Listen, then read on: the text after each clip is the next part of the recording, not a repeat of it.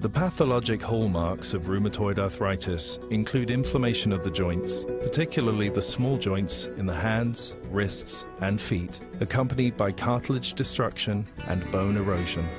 Underlying inflammation leads to many of the characteristic signs and symptoms of RA, such as pain and swelling of the joints.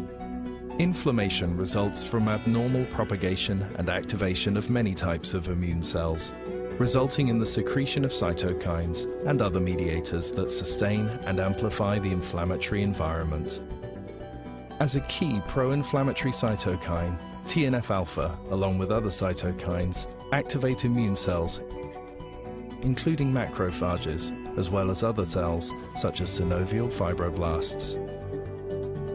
In a key step, activated macrophages and synovial fibroblasts release pro-inflammatory cytokines, including TNF-alpha, IL-1 and IL-6, and mediators of vascular growth, including VEGF. VEGF is essential to the process of blood vessel proliferation, or angiogenesis, which facilitates an influx of activated cells. These cells contribute to the growth of pannus and sustain the inflammatory cycle.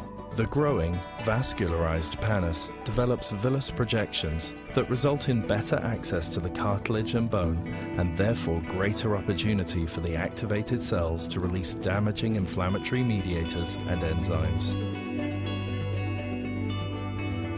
In the interface between pannus and cartilage, activated synovial fibroblasts and macrophages are a source of enzymes that degrade the cartilage matrix.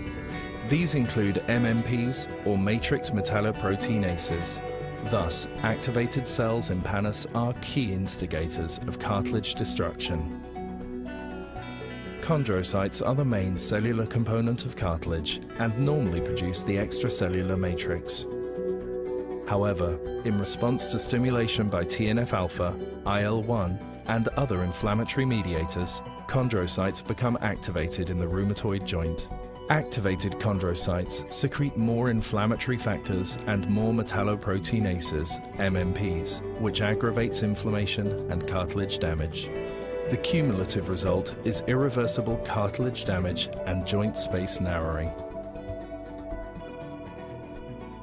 Under normal conditions, bone remodeling involves a tightly regulated balance between bone resorption and bone formation. However, excessive TNF-alpha helps stimulate osteoclastogenesis and bone destruction. In the marrow, TNF-alpha helps stimulate monocyte differentiation into osteoclast precursors. At inflamed joints, in the presence of macrophage colony stimulating factor, TNF-alpha, and rank ligand, osteoclast precursors differentiate into mature osteoclasts, resulting in bone resorption.